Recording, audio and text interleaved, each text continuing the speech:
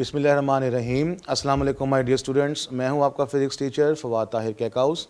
Welcome to spy group of colleges online classes. Students, आज हम लोगों ने लेक्चर 17 स्टार्ट करना है। लेक्चर 17 में हमने इक्विलिब्रियम का second part equilibrium of torques के बारे में पढ़ना है। हम लोगों ने इक्विलिब्रियम के बारे में बहुत डिटेल से पढ़ा और स्टिल पढ़ रहे हैं कि बॉडी अगर रेस्ट पे हो या मोशन में हो कांस्टेंट वेलोसिटी के साथ तो वो इक्विलिब्रियम में कहलाती है। लास्ट लेक्चर में हम लोगों ने इक्विलिब्रियम की फर्स्ट कंडीशन को पढ़ा जिसके अंदर इक्विलिब्रियम ऑफ फोर्सेस शामिल था। उसमें आप लोगों ने बेटा एक चीज़ नोट की होगी कि फोर्सेस बॉडी पे लग रही हैं, या तो मोशन कांस्टेंट होगी या वो बॉडी रेस्ट पर होगी। लेकिन आज हम लोग जो सेकंड कंडीशन पढ़ने लगे हैं उसके अंदर भी बॉडी के ऊपर फोर्सेस लगनी हैं, लेकिन बॉडी के ऊपर फोर्स लगने की वजह से उसके अंदर स्ट्रेट लाइन की मोशन पैदा नहीं होगी बल्कि रोटेशनल इफेक्ट पैदा होगा। अब रोटेशनल इफेक्ट से आपको अंदाज़ा हो गया होगा, turning effect of a force acting on a body क्या कहलाता है? टॉर्क। इसका मतलब कि सेकंड कंडीशन टॉर्क से रिलेटेड है। पहली कंडीशन में फोर्स लगती है लेकिन बॉडी रोटेट नहीं करती, स्ट्रेट लाइन में मूव कर सकती है, रेस्ट पे रह सकती है। लेकिन सेकंड कंडीशन में फोर्स लगने से वो स्ट्रेट लाइन में मूव नहीं करेगा बल्कि रोटेशनल इफेक्ट शो करेगा। सेकंड कंडीशन में हम लोग ये कहते हैं कि हमारे पास बॉडी अगर इक्विलिब्रियम में है तो बॉडी के ऊपर जितनी भी टॉर्क्स लग रही हैं उनका सम इक्वल्स टू 0 होगा, तो वो बॉडी सेकंड कंडीशन में कहलाएगी। इसका मतलब है कि रोटेशनल इफेक्ट 0 होना चाहिए।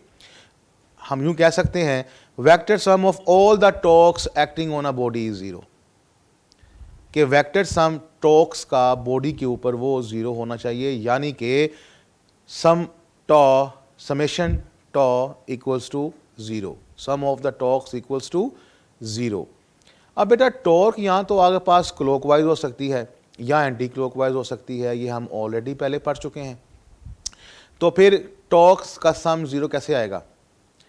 डेफिनेटली क्लॉकवाइज टॉर्क और एंटी क्लॉकवाइज टॉर्क अगर बराबर हो जाएं, यानी कि आप यूं कहना चाहते हैं कि क्लॉकवाइज टॉर्क और एंटी क्लॉकवाइज टॉर्क अगर इक्वल हो जाएं तो फिर सेकंड कंडीशन सेटिस्फाई होती है। चलें इसको ज़रा थोड़ा डिटेल में देखते हैं।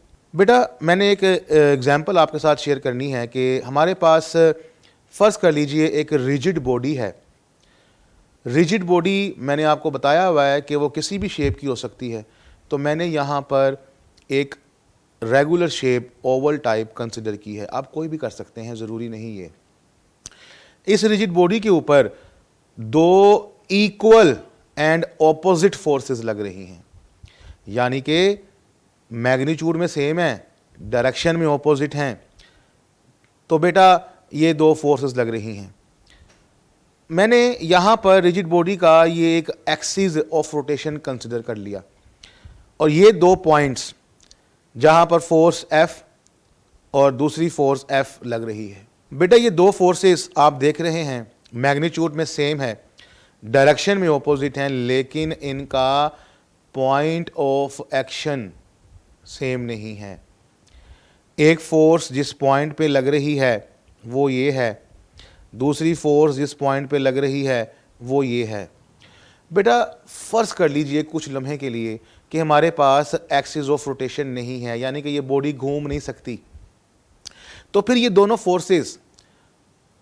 फोर्सेस हमारे पास ऑपोजिट डायरेक्शन में लग रही हैं, शायद एक दूसरे के इफेक्ट को कैंसिल कर दें। वैसे नॉर्मली अगर आप कंडीशन में देखें तो ये रोटेट कर सकती है, लेकिन अगर हम ये मान के चलें कि एक्सिस ऑफ रोटेशन नहीं है तो फिर ये दोनों फोर्सेस माइट भी एक दूसरे को कैंसिल करें और बॉडी इक्विलिब्रियम में रह जाए। लेकिन चूंकि सेकंड कंडीशन को समझना है उसके लिए हमने एक्सिस ऑफ रोटेशन को कंसीडर करना है। तो जब एक्सिस ऑफ रोटेशन को कंसीडर करेंगे तो बेटा ज़रा गौर से दोनों फोर्सेस का इफेक्ट को देखिएगा। ये जो फोर्स अपवर्ड लग रही है वो हमारे पास इस बॉडी को क्लॉकवाइज घुमा देगी अगर हम एक्सिस ऑफ रोटेशन को कंसीडर करते हैं। तो ये जो फोर्स F डाउनवर्ड लग रही है ये भी बॉडी को क्लॉकवाइज इफेक्ट को शो करेगी।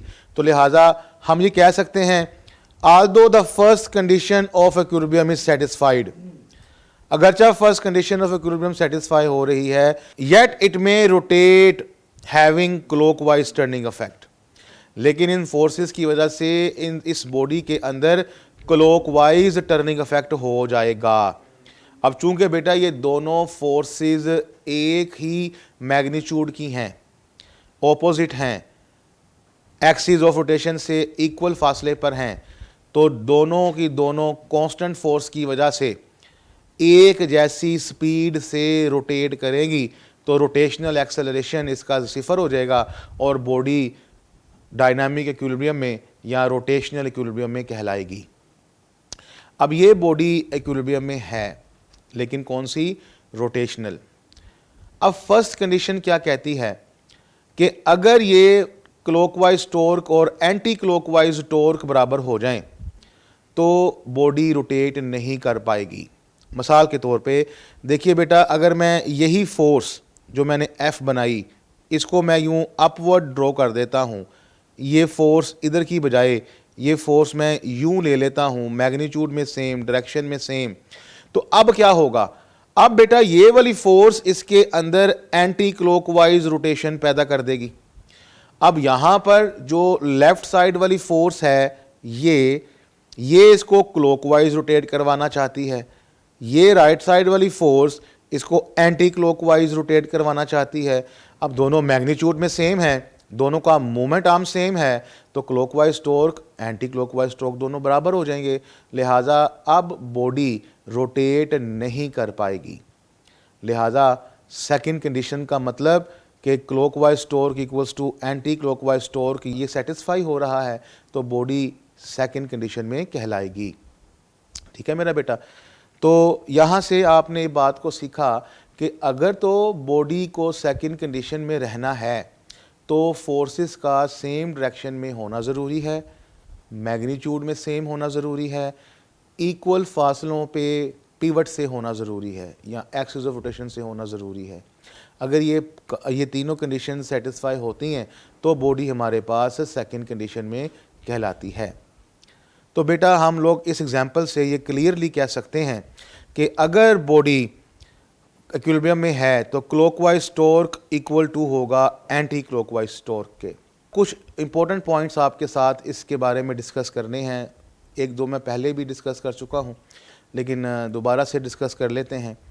पहला पॉइंट कि क्लॉकवाइज टॉर्क हमेशा नेगेटिव ली जाती है और एंटी क्लॉकवाइज टॉर्क पॉजिटिव ली जाती है, ये आपको मालूम है।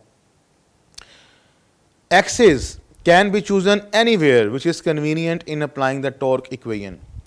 आप ज़रूरी नहीं कि एक्सिस ऑफ रोटेशन बॉडी के बिल्कुल सेंटर में ही लेंगे, आप कहीं पर भी ले सकते हैं, वहाँ पर लीजिए जहाँ पर आप इस कंडीशन को ईजीली अप्लाई कर सकते हैं। ये पॉइंट मैं आपके साथ नेक्स्ट लेक्चर में एक एग्जांपल के अंदर डिस्कस करूँगा जो कि बहुत इंपॉर्टेंट पॉइंट है। इस के वजह से हम अपनी क्रिटिकल प्रॉब्लम्स को आसानी से सॉल्व कर सकते हैं।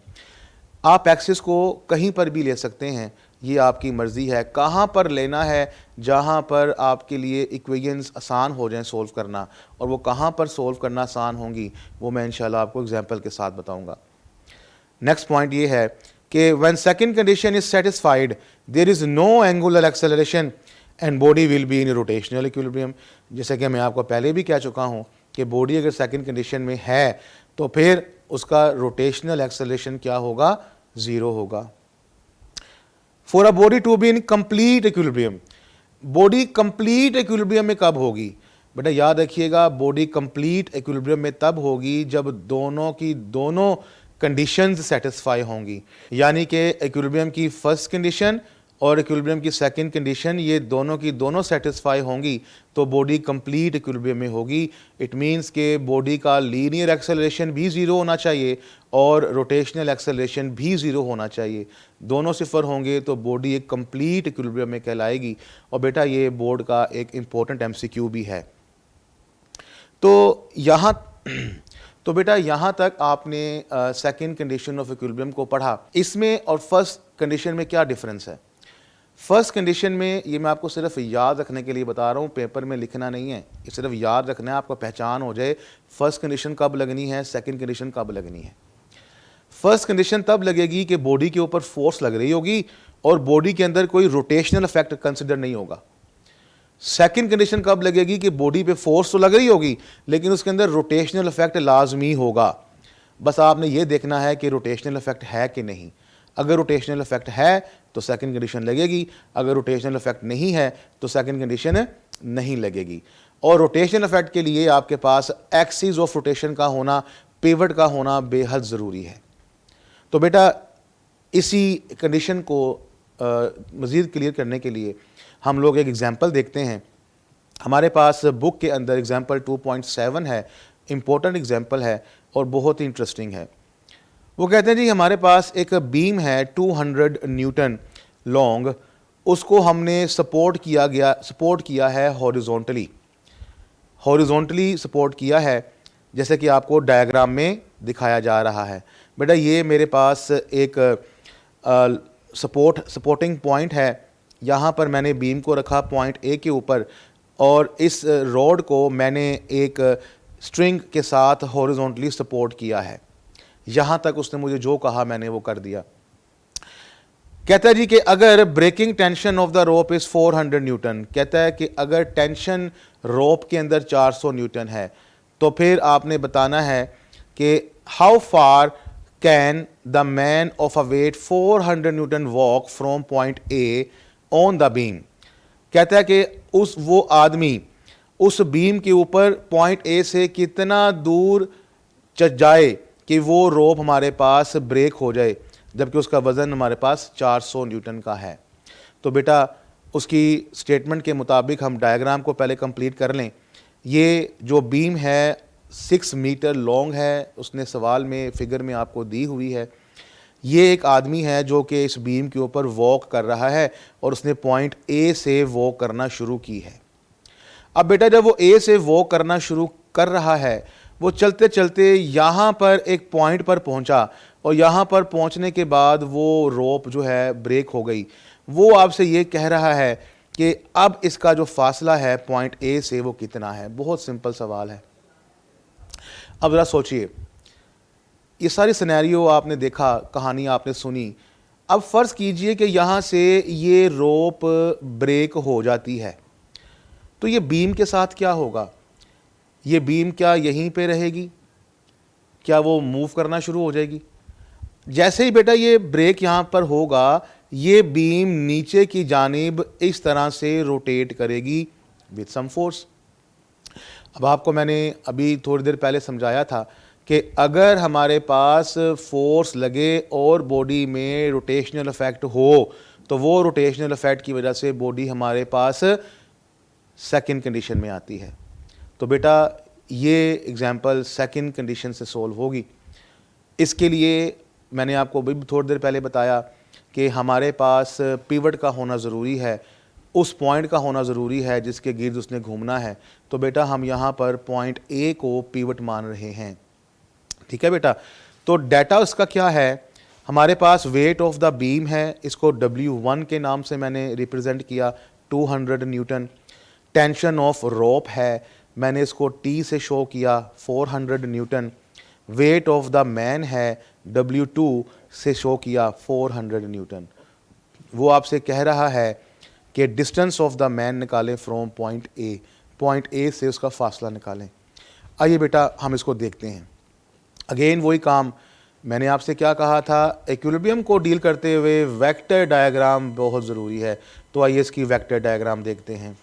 बेटा वेक्टर डायग्राम कुछ इस तरह से है कि हमारे पास जो स्ट्रिंग थी वो चूँकि टेंशन अपवर्ड लगा रही है तो T1 हमारे पास अपवर्ड आ जाएगी 400 न्यूटन।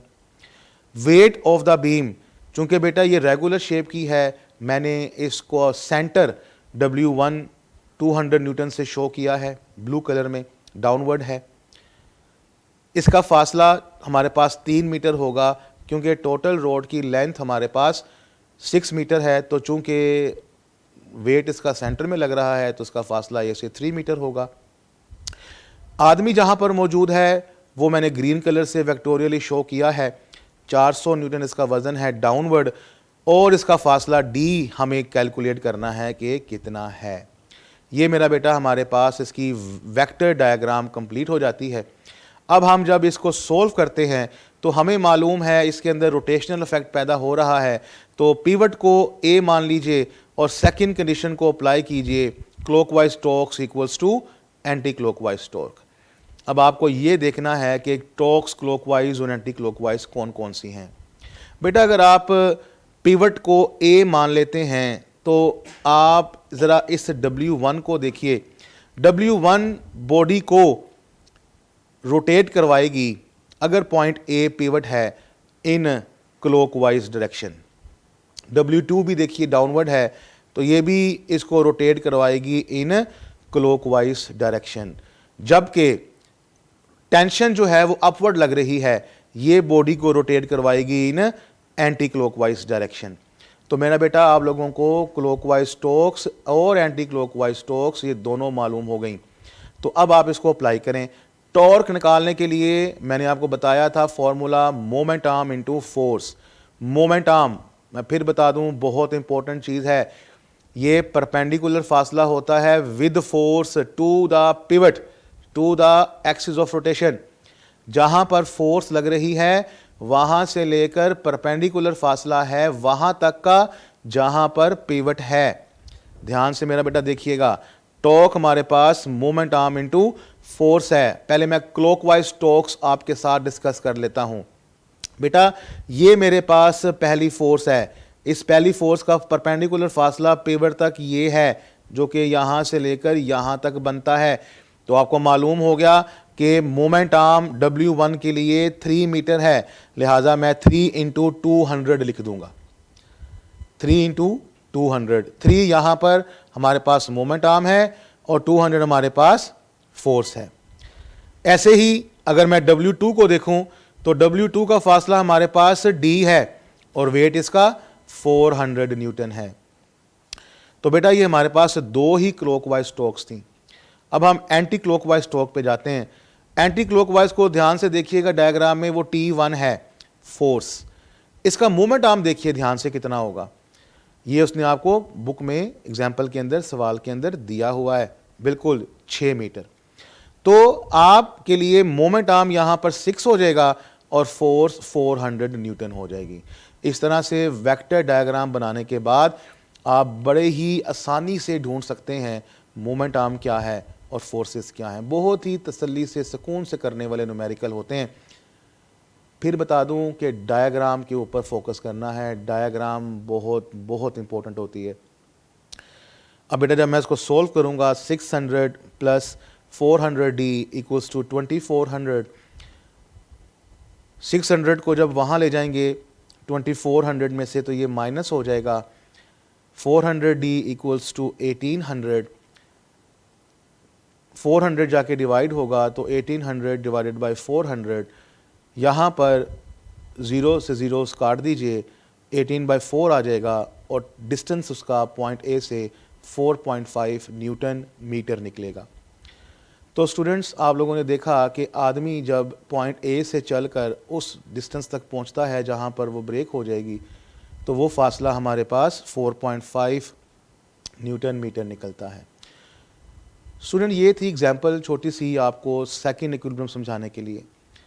अब ज़रा इन दोनों कंडीशंस को कंपेयर कर लीजिए। एक छोटे सी समरी में आपके साथ शेयर कर दूं। फर्स्ट कंडीशन अप्लाई होनी है कि सेकंड कंडीशन, इसका डिसीजन आप स्टेटमेंट को पढ़ के करेंगे। दोनों ही कंडीशंस में फोर्सेस अप्लाई हो रही हैं, फ़र्क सिर्फ ये है पहली कंडीशन में फोर्स अप्लाई होने की वजह से रोटेशनल इफेक्ट नहीं होता, सेकंड कंडीशन में रोटेशनल इफेक्ट होता है।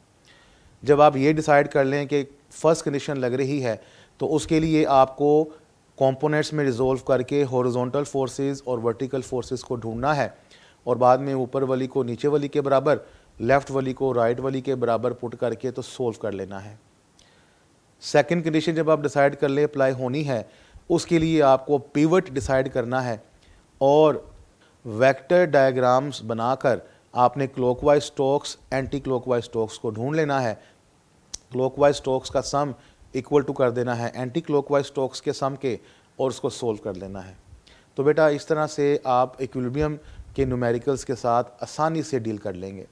हाँ, बेटा कुछ सिचुएशंस ऐसी भी आएंगी जिसके अंदर फर्स्ट कंडीशन को अप्लाई करने से आंसर नहीं आ रहा, सेकंड कंडीशन को अप्लाई करने से आंसर नहीं आ रहा, लेकिन जब हम दोनों अप्लाई करते हैं तो उसका आंसर आ जाता है।